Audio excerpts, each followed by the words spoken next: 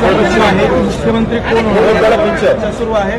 तोच प्रश्न पुन्हा एकदा. आणि या चर्चेला लवकरच आपल्याला उत्तर मिळेल.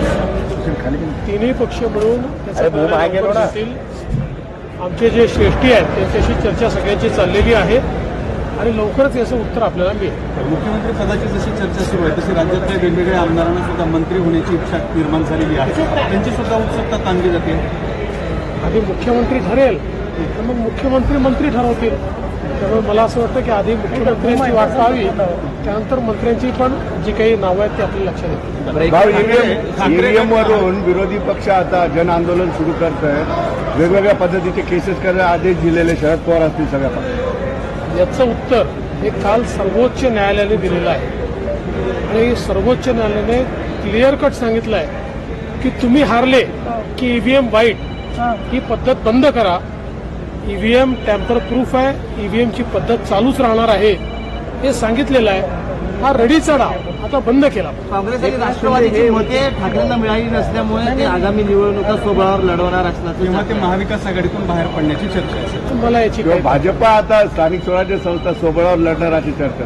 ते तर आम्ही मिळून ठरवतो. काही अजून वेळ आहे प्रश्न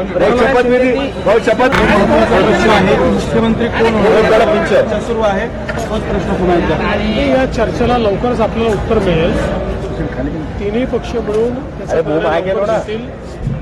आमचे जे श्रेष्ठी आहेत त्यांच्याशी चर्चा सगळ्यांची चाललेली आहे आणि लवकरच याचं उत्तर आपल्याला मिळेल.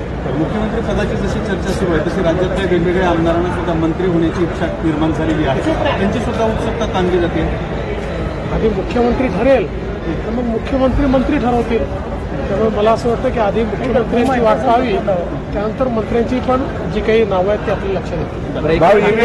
ईव्हीएम वरून विरोधी पक्ष आता जन आंदोलन सुरू करत आहे. वेगवेगळ्या पद्धतीचे केसेस करायला आदेश दिलेले शरद पवार असतील सगळ्या पक्षांना. याचं उत्तर हे काल सर्वोच्च न्यायालयाने दिलेलं आहे आणि सर्वोच्च न्यायालयाने क्लिअर कट सांगितलं आहे की तुम्ही हारले की ईव्हीएम वाईट ही पद्धत बंद करा.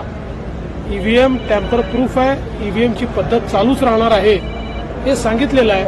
हा रडीचा डाव आता बंद केला. काँग्रेस आणि राष्ट्रवादीची मते ठाकरेंना मिळाली नसल्यामुळे ते आगामी निवडणुका स्वबळावर लढवणार असल्याचं तेव्हा ते महाविकास आघाडीतून बाहेर पडण्याची चर्चा आहे. मला याची किंवा भाजपा आता स्थानिक स्वराज्य संस्था सोबळावर लढणार अशी चर्चा.